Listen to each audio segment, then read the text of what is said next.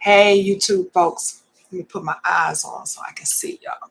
It's your girl, Pulse 3, one of many prodigal daughters. Baby, I just decided to come home, and since I have, it's made all the difference in my life. I want to challenge you today in your private time to go to Acts, the 12th chapter, read verses 5 through 10. And I pray that when you read those 5, 6 verses, that what you find is the miraculous release. Yeah. You see that Peter's going to be in prison because Herod, he's persecuting Christians. You're going to see that the church is constantly praying. You need to highlight that word constantly. Go ahead and highlight constantly praying. And Herod is about to bring Peter out. He's already killed James. So, Peter's probably next. Then we see that the angel of the Lord appears. He stands by Peter. And as he's standing by Peter, we see that there's a light that shines in the prison.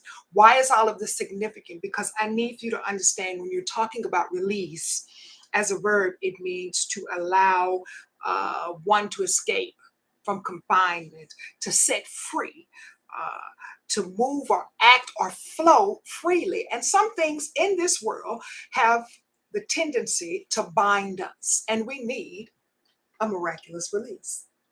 So when you read these verses, I pray that you understand that because God shines even in the darkest moments that we experience, and because we have access to Jesus, and because we have the very presence of God in us, we can and we will have a miraculous release. I ask you to underline the words constantly praying. Why is that significant? Because when you're constantly praying, that means that you're constantly in communication with the Maker, with the one that said, let there be, and all things took their prospective places. That's power, people.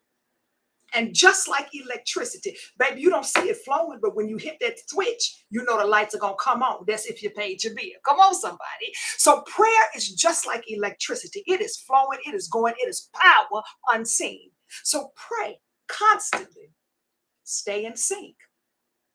Align yourself with word and with the word, Jesus Christ. Know that you got the Holy Spirit within you, and that's power right there.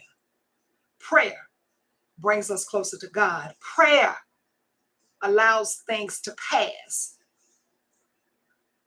in spite of what them folks say. They are always talking. Who are they? Who cares who they are? When you align yourself with word and the will of God, you too can have a miraculous release.